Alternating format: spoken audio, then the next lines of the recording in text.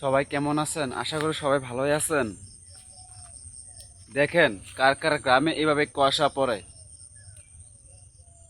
অনেক ঠান্ডা এদিকে, আমাদের ময়মনসিংহ এদিকে দেখেন তো, অনেক ঠান্ডা, অনেক কুয়াশা।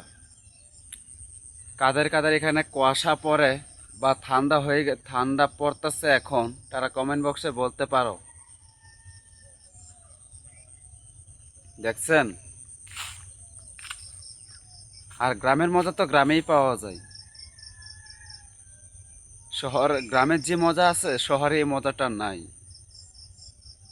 যদি থাকে তাহলে বলতে পারো কমেন্ট বক্সে।